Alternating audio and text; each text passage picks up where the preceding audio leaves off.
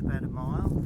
It's Burnham Market really, and I'm looking at a late afternoon sunlight here, hitting that lovely round tower church in the distance, and looking forward to putting that down onto watercolour paper. And it's just outside front of the accommodation I'm staying, so we'll see how it goes.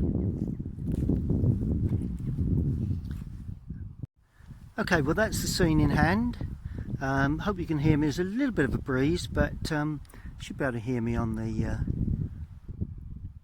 mic of this camera. And that's the drawing. Let's just come down a little. It's only a 11 by 15 painting or piece of paper. Sun's gone in just about right now, so that probably makes it a little easier for you to see the colours. Not sure whether it does or not, but obviously we need to quickly get colour down. I've produced a basic drawing. Right, now the church is lit up. Whether we can see that, well, I'll talk you through it anyway. The church is lit up, but the foreground is very dark, so that's what I want to capture. And while I'm capturing that, I'm going to create a little bit of drama to the sky. So for a start off, I'm damping the paper, the brush in places, not everywhere. The brush has a little bit of paint on. There we go. So I'm damping the paper. You can see now the sun's come out quite nicely. I think you can see that. Just bring that down a touch, and that's perfect. Yep. Okay, and a little bit of more damper area there, because we're going to have blue, which is going to be cerulean. I have a touch of Prussian in there as well, which is going into that top corner there. So as I say, a bit of drama going into this one. Just lifting off, using a dry brush or a semi-dry brush just to lift away a little. There is plenty of sun out there, nice and dark there. Okay, that's nice. Yep. There again, we need to keep modelling this just so as it doesn't run out of control, which would be a bit of a problem at this stage. Now I'm going to use a little bit of ultramarine in that as well, and a little bit of light red. I say that because a little bit of light red has just crept in to the picture, and it's quite a rough sort of sky really, running across there like that. That's good.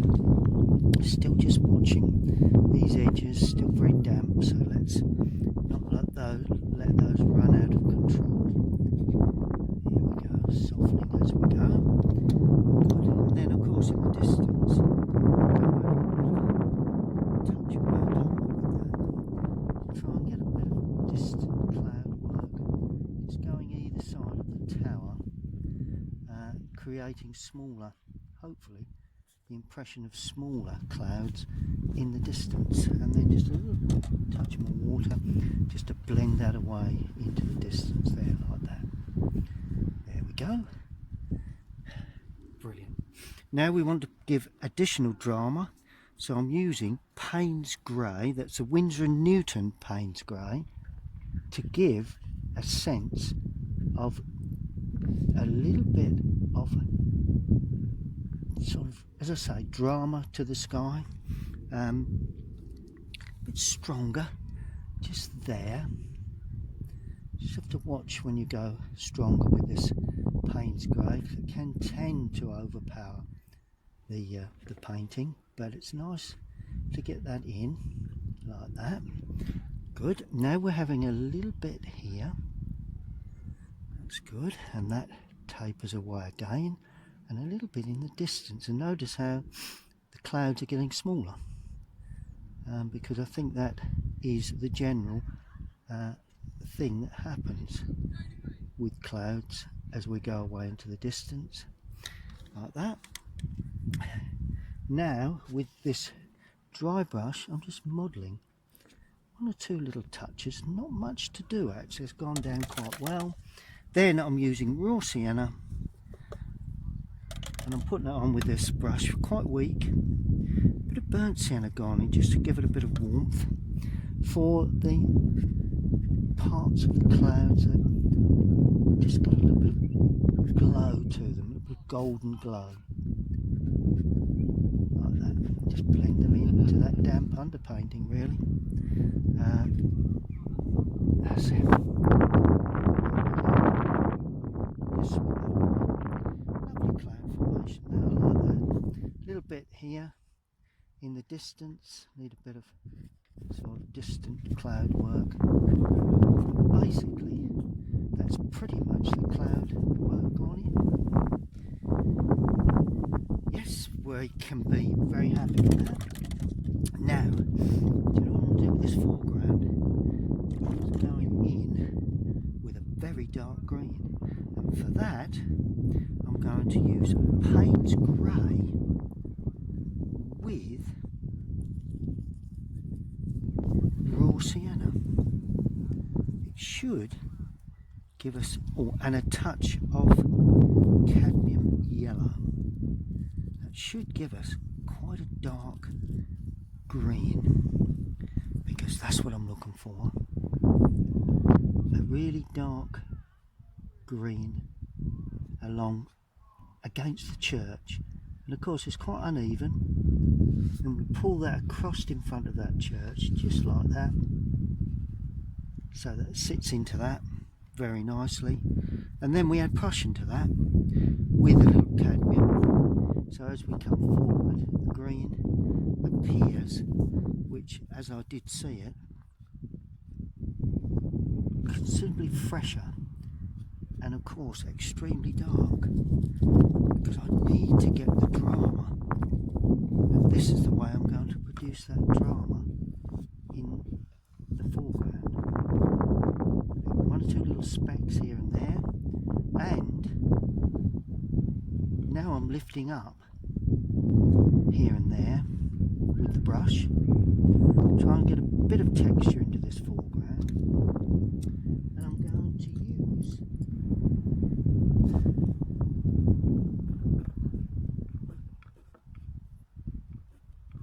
the end of a brush just to more or less damage the paper, because that will give us that lovely sort of textured feel that I'm looking for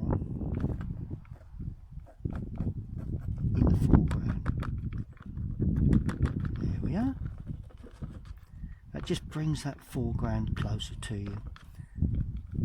That's it. Look at that. And that's quite as simple as that. Next, rid of the very large brush now. I'm going to go in with a slightly smaller brush, considerably smaller in fact, and give the tower a real bit of grey light, and for that grey is going to be ultramarine, raw sienna, touch of burnt umber. There we are, gives you a nice sort of grey, but not sort of too rich grey, but a slightly yellowy grey. This is where we pick up the tower of the church and buttress areas. To be fairly good with those in size wise. Let me give the shape of the thing.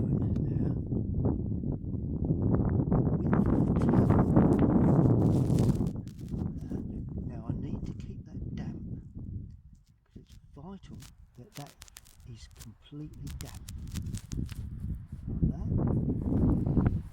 And I'm also going to do any areas that we can see the church itself in the lower area. Good.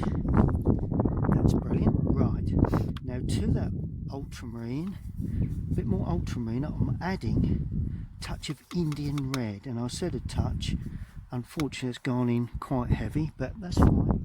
And I'm dropping that in to the shadow side, and you watch it bleed round. It's almost bleeding round like that, there we go.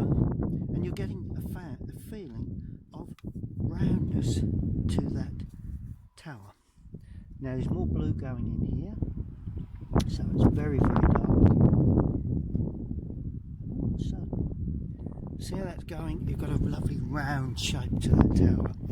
Now of course, the roof itself is dark before we even get shadow on there, so that needs to be laid in like that. And we do have a bit of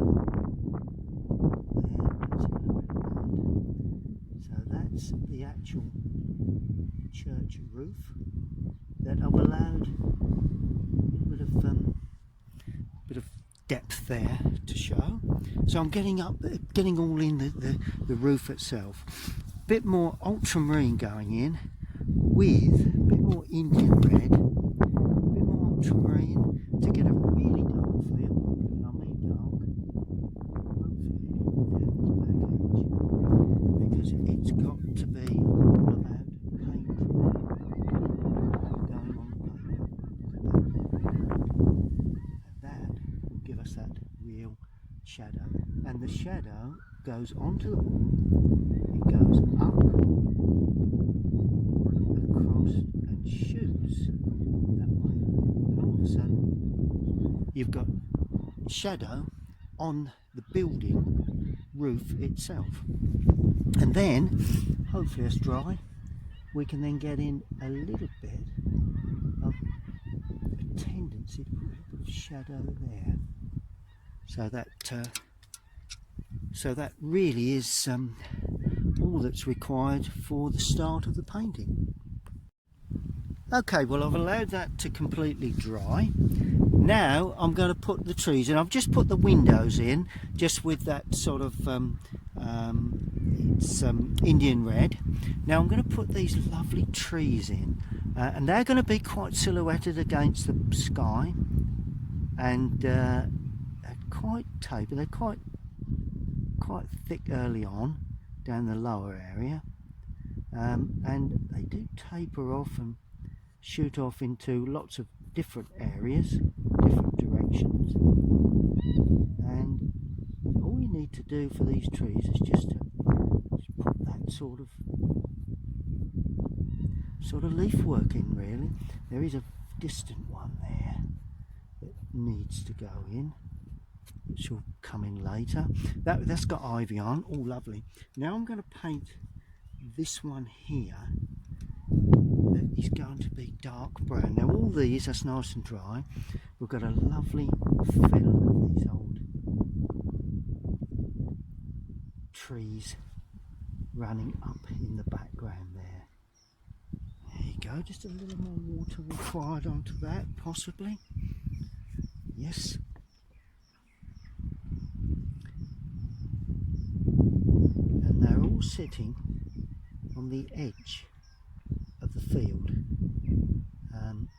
so really they're just below, they're on the back edge of the field, so they're coming, really can't actually see where they actually finish, but we can see where they start, or the other way round, we can see where they finish but we can't see where they start. But you'll notice I'm just stroking them in very, very quickly, very freely. There's another one there, like that. And I'll show you why they need to be put in very, very cleanly and quickly. And there are some in the distance, and these will be a bit smaller. If I can get a smaller sort of feel, there we go. And then we'll just put that that's more in the distance. There we are. And we sit them onto the ground. There. Good. Now I'm adding burnt sienna. No, I'm going to add Prussian blue because I want a dark brown, dark green, because we've got lots of ivy on this one. And of course, ivy covered trunks are much wider because of the thickness of the ivy itself. See that? That's the way I would produce ivy on these distant trees, you know, and the ivy runs up a fair way up the tree, right? And then beyond that, of course, we've gone back to dark brown again, which is just burnt umber, bit of Indian red, bit of Prussian blue. Some of them are not got anything on. That's it. Oh, and there's a very dark sort of green, and this is, I don't know whether that's some sort of fir tree that actually stands there, and I'm trying to bang that in a simple sort of fashion without overpowering. It's there. There we go. Good. Let's just bring that up a bit over the front there. That's good. Okay, now with this dark green, I'm going to put in some bases here and there, just so as we join these tree areas up. Just putting another one in there, just to finish off the outside. That's good. And there is another touch of this greenery around the base there.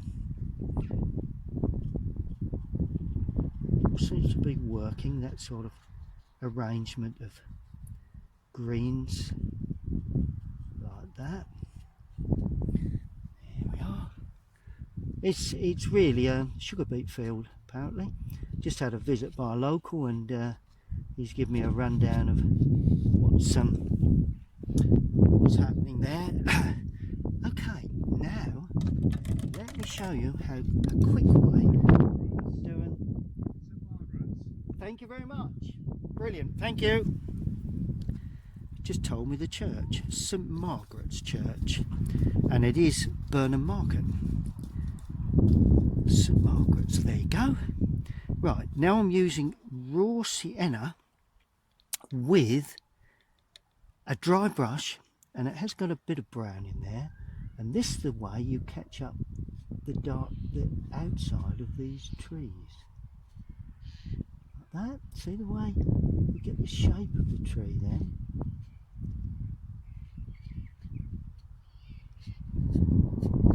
Look at that, and all of a sudden you've got that lovely fennel of these lovely old trees, and you have to watch how they actually lay to get it right. You have to, you know, there is a bit of thought required into the shape that you're actually applying colour to or on.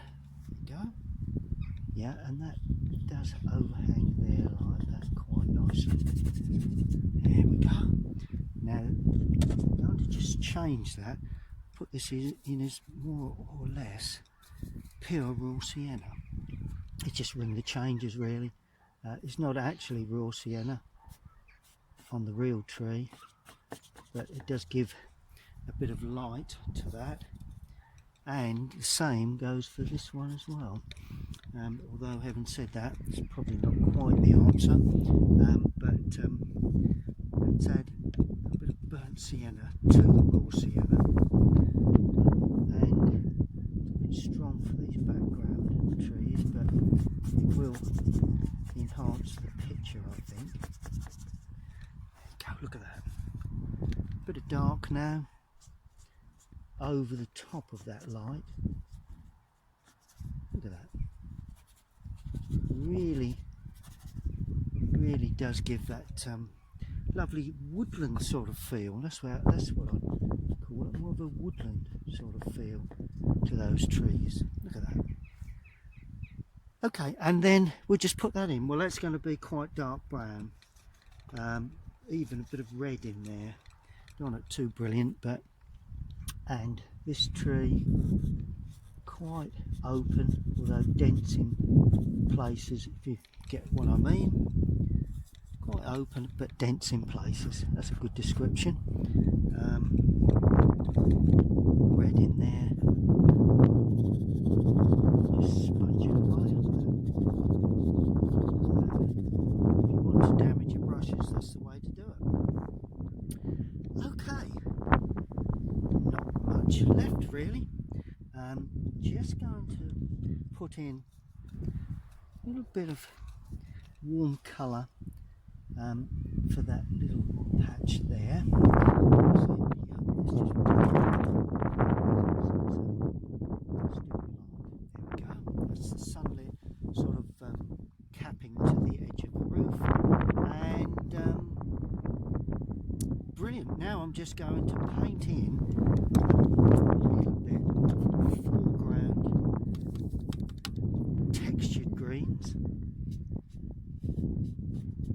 That, and in actual fact they're more burnt sienna than green, so I'm adding a little bit of burnt sienna to make it quite a dark sort of foreground, tufty grasses, sugar beet field, but in the front of that is these lovely tufts of grass. We don't want to overdo this because we want to take away from the church itself, but overall good. That's it. Now just a little bit of shadow work required. Ultramarine, Indian red to get a nice bluey warm shadow, and we've got, there would be a shadow there because of the depth of that window there, and of course that would be virtually all in shadow. See the way a shadow on a window enhances a window? That would be virtually all dark.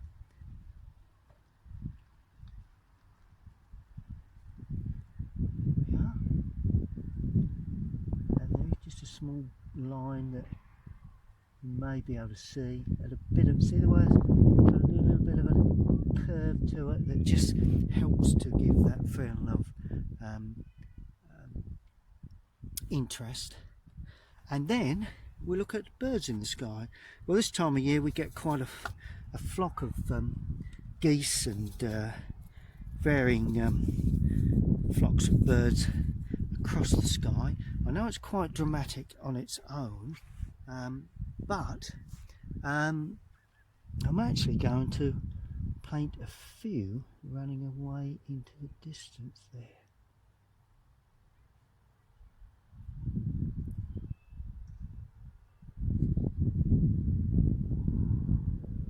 So a little few migratory birds just floating off there into the distance, which is a common thing this time of year. I've seen quite a lot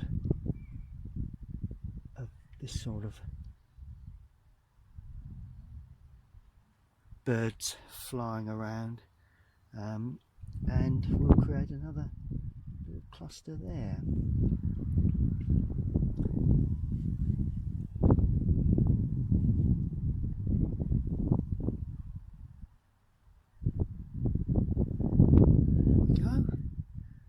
Good. We'll take the surround off and see what we've got. Good. Well, there's the scene. St Margaret's Church on the edge of Burnham Market village, and this begin to lose light now, but I'm sure you can see that quite well. Let's just move the camera over a touch. Whoops, not kick the camera, and let's put that somewhere like that. and then you should be able to see everything. Let's just open it up just a touch, bring it down like that. There it is, St Margaret's, Burnham Market. Lovely old round towered church, and obviously needs signing, so I'm going to sign up that bottom right hand corner. Pick up a bit more paint like that.